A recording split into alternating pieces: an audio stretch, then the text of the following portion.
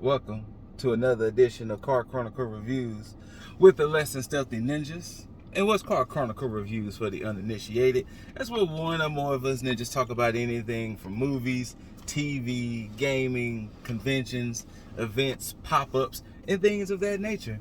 And per my heart symbol, we just got out of seeing hard eyes because, you're just too good to be true.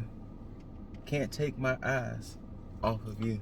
And this is the newest slasher from Sony, and was it Spyglass. And it stars Olivia Holt and Mason Gooding. For those who know, Mason Gooding is from the recent Scream and Cuba Son. What do we know? Why you go ahead and talk to the people real quick? Yeah, hard eyes. Let's say she is a actress and singer. Okay. She was in Kicking It, that old Disney show. She was in Cloak and Dagger, apparently. She was in Totally Killer. So, yeah. That's where I know her from. Totally Killer. Yeah, she was Pam Miller in Totally Killer was a really good movie. She was teenage mom. Yeah. So, Totally Killer on Amazon Prime. If y'all hadn't seen that, check that one out. But, yeah. So, this falls in the slasher territory. This is to give an overview story, there is the HEK, the Hard Eyes Killer, who is killing couples on Valentine's Day. He had a spree in Boston, a spree in Philly, and he or she is bringing it to Seattle, which is our setting in this movie. They, them. And it was camp. It's a very campy movie.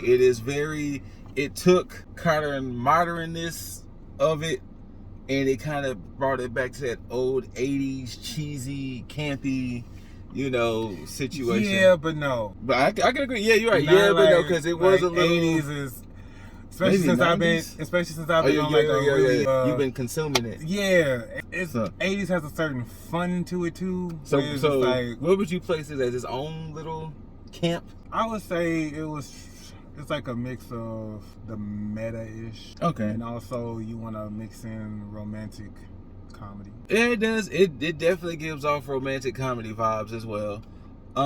It's like romantic comedy. Yeah.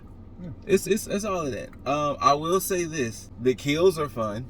The gore is really good. If there's any reason to truly see this, the gore, I was going to say, that was my takeaway from the movie, is that the gore is really good. There's one kill in particular that that was really nice. And tell me where in the movie? In the end? The end. Okay. But did it have to do with the Legend of St. Valentine? It did. Okay. But yeah, so Mason and Olivia do what they need to do. They do. It's that whole... Mason is very charming. He's very, and funny, I was thinking about this going into the movie. Mason is objectively a handsome guy.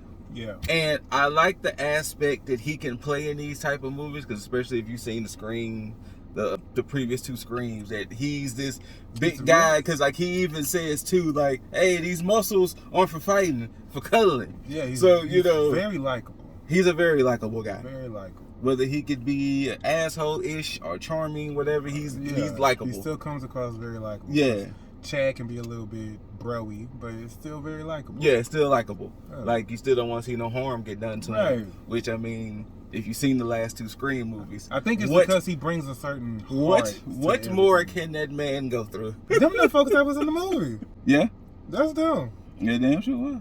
But yeah, what more can he go through in the Scream franchise? But now, getting into it, the overall story, when everything wraps up, it's kind of like really?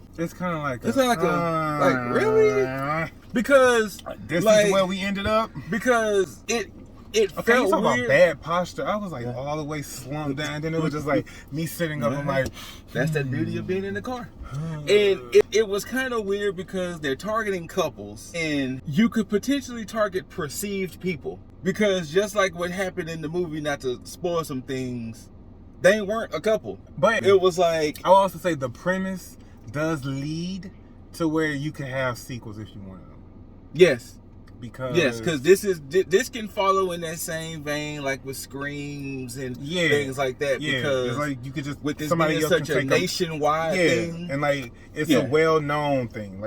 It's not just it's something new. This has been going on for some time, so people know about this killer. It what killer makes has a it kind of reputation. what makes it kind of funny. Kids like to do hijinks with the mask and stuff. I mean, especially if you've seen Scream 6. Remember at the right, beginning, right?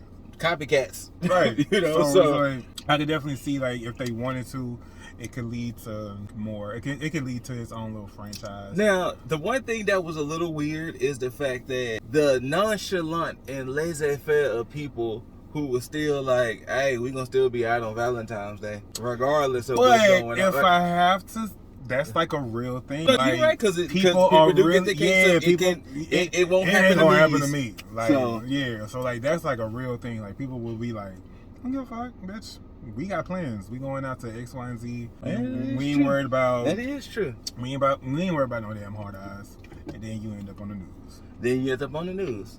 Now, for those who are new here and those who have been here, 2 CCRs ago, we have introduced our official ranking system. We got trash, which the movie was just trash. Dumpster juice. We got I got the pass, as in I got the pass, so I may just go. I might as well use it and go see this bitch. I could have waited for streaming. That's in the middle where it's like in the middle where it was just like if I saw this bitch. And I could have waited for Max or Hulu, Disney, Paramount, MGM Plus, Netflix. I could have waited. Then you got movie FOMO. The movie FOMO is that I needed to see the movie. I needed to see the movie. And then, of course, the top of the top, the creme de la creme.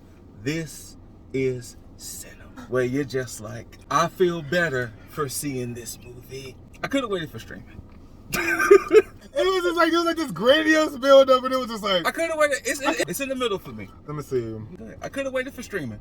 Personally speaking, I'm gonna give it the same thing. I could have waited for streaming. I only would have got movie FOMO because it's a slasher. Same. And not oftentimes do we have mainstream, wide release slashers. Mm-hmm. So, that aspect. Or a lot of times things can promote it as a slasher and you actually. I've only seen the original trailer. And the original trailer was the teaser of, spoiler if anybody, was when he stabbed the woman with the tire iron and he stabbed the dude with the tire iron. Right. That was the initial teaser that came out back in October? Yeah. November? That's the only trailer I've ever seen. Right. You've seen the official trailer, am I correct? I did. But like then the red band one. Yeah, but then I remember turning it off if I'm not mistaken. I think I ended up watching it all the way through. Compared to that trailer, compared to what you saw, how much of the movie was potentially in that trailer? Well, considering it's not a big cast, again. No, it's not. So, a lot of times when things aren't big cast, don't expect especially like in a slasher. So, in a slasher, you expect to have a group, like a friend group. Mm-hmm. So, you expect to see the friend group go through their own individual chases and things like that. While there are many chases in here, that necessarily does not mean that it's honed in on one particular character. Mm-hmm. So a lot of times when you see like these chasings happening, it's because you see the main protagonist and there's throwaway kills, meaning that you was in the way, so I'm going da-da-da-da-da. So in that sense, kind of shows a lot, because okay. But I don't really remember the trailer because I tried my hardest to kind of put it out your mind. Yeah, so okay. I don't really remember what I watched, but I do remember seeing the tire. Like I said, that's the only thing I've seen. The main thing was I do remember seeing the tire. I did not know going into this movie that Devin Sawa and Jordana Brewster was in this movie. That I did not know. So it was really nice to see them. They were detectives Hobbs and Shaw. I want to ask you, name me 2 horror movies that each one of them starred in. So Devin Sawa, of course, Final Destination and Idle Hands. Okay. Jordana Brewster, you had The Faculty and... Come on, it's right there. I feel like it's right there. The Faculty and... I'm happy you got The Faculty. My God. Come on. It's a franchise. She wasn't Screen, was she? No. Come on, one more guess. Jordana Brewster. She was the main. She was the main. She was the main. Okay, I'm gonna give you another one. Prequel. Texas Chainsaw Massacre? Chainsaw Massacre. She was in Texas Chainsaw. She was in one. Remember? Yeah, To the car? that's right. She thought she was getting away, and she was. And it was like I said, it's fun adjacent depending on how you look at it, because it's very campy. I would definitely say like the dialogue and some of the characters and their they don't feel like real people. It really didn't. As far as like them talking, like it don't feel like you like listening to like real people. Now, granted, if that's how really people be having conversations, I know that would be cringe for me. Cringe as fuck. Big cringe. But they must exist for them to write their characters like this.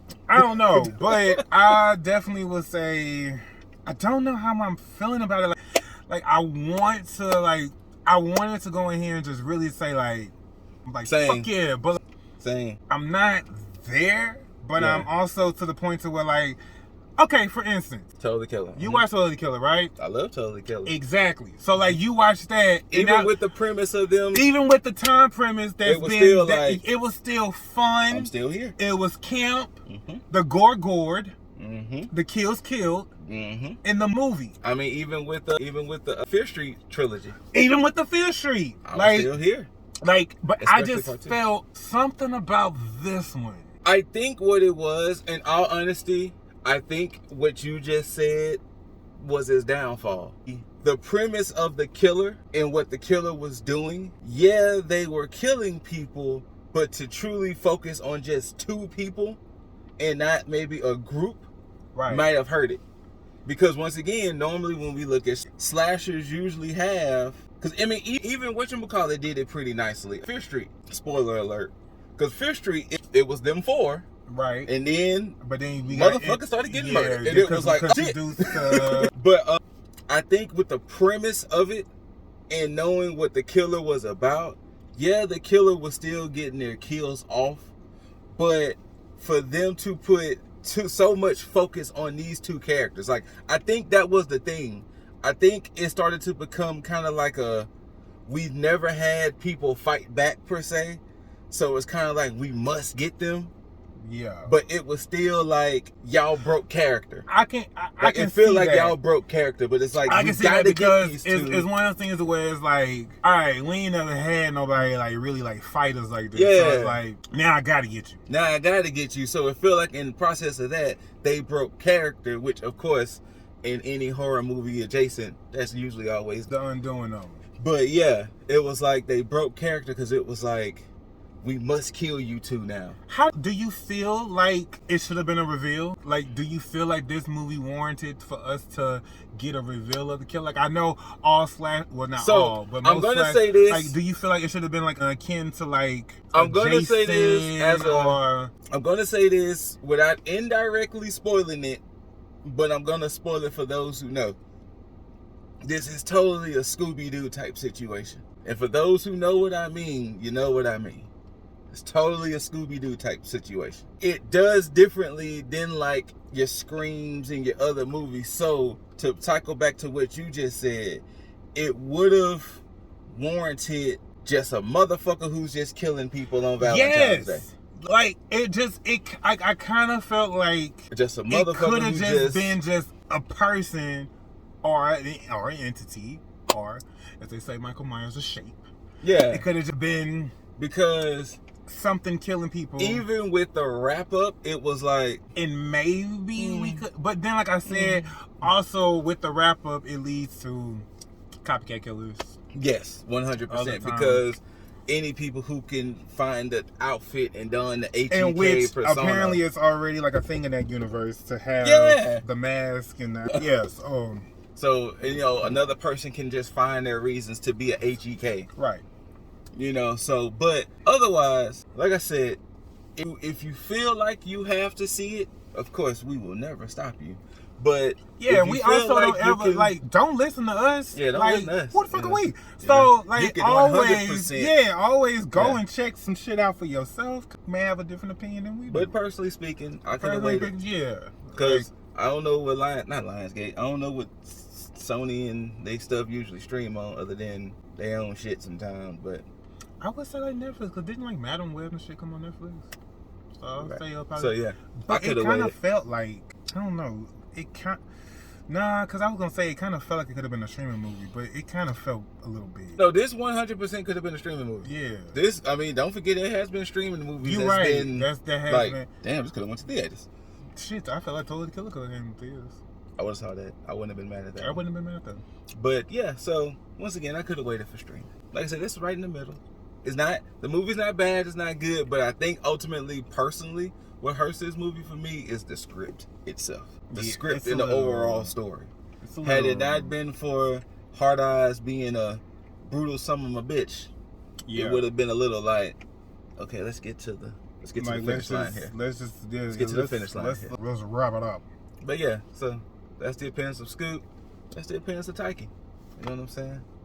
But whether you loved it or hated it, don't forget to rate it. Thumbs up or thumbs down. So then after you, like I said, like, share, comment, subscribe. After you do all of that, heart us with the notification so you can be notified for all things Less Than Stealthy Ninjas. And until next time, love one another, literally. Love yourself. Take care of one another and take care of yourself. And if there's any killers out there on Valentine's Day, stay your ass at home, okay?